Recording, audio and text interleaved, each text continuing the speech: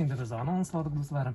Tatar meydanı topşuruğunda milli canlı kalemdeşimiz, cemaat işlikisi Elvira Fatihova. Hem Elvira'nın selamlayın, hayırlı gün Elvira. İsәнмесез? Bayramlar bilen yakınlaşıp gelişe. Рәхмәт, сезне дә фәйләбай. Татарстан патриоты дип төштәргә кирәктер. Шулаймы? Журналист дигән урында. Jurnalist, Tataristan vatanperver, patriotu, hem milletimizni şun көңелдән яратучы, аның өчен кайда гына булса да, кайда гына йөрсә дә, җан атып йөрүче, инде социаль челтәрләреннән мин бу хакта укып беләм, күреп беләм, безнең радио тыңлаучыларыбыздан нақшылайдыр дип уйлыйм. Бәйрәм белән якынлашып килүче бәйрәм белән Эльвира кутладык бит инде. Рәхмәт. Куллары булган менә бик дөрес эшләдең, чөнки безне хәзер карап торалар әйме. Безне бит инде онлайн караучылар да бар.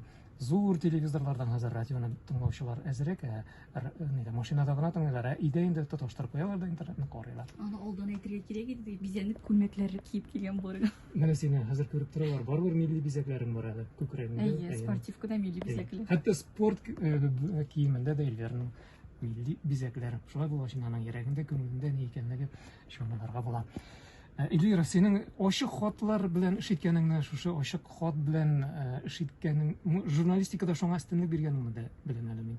Синең кемәлем безнең Марат Кәбировка язган хатыңны да беләм, ачык итеп, матур итеп, бер танылган абруйлы депутатыбызга язган хатыңны да беләм әйме. Менә ачык хат язарга туры килсә, шушы бәйрәм алдыннан ниндирәк рухтарак булыр иде икән ул?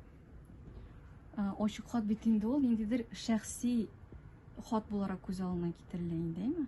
Чөнки шәхси мөрәҗәгать итү ул үтемлерәк кешегә. Менә хәзер уйлыйм, мин кемгә язар идем икән, әгәр дә шәхси булса дип инде. Мөгаен мин бүген язар идем Рөстәм Миңнехановка. Чөнки барыбер да ул безнең лидер бит инде бүген, Татарстанның лидеры, һәм ул вакыйгаларга ничектер юнәлеш бирә дип уйлыйм.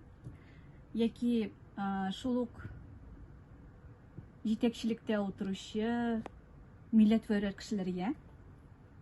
Гүзәл Сәгыйтова бар безнең мэриядә, әйме? Аңа язар идем бәлки. Марат Әхмәтов бар. Мактап язар идем тәнкыйтьләрне. Туган телләр комиссиясе рәисе инде. Менә шундый ничектер бүгенге вазгыятькә үзеннән өлеш кертә ала торган, үзгәреш бирә ала торган кешеләргә ниндидер идеяләр яки анда тәкъдимнәр белән язар идем дип уйлыйм.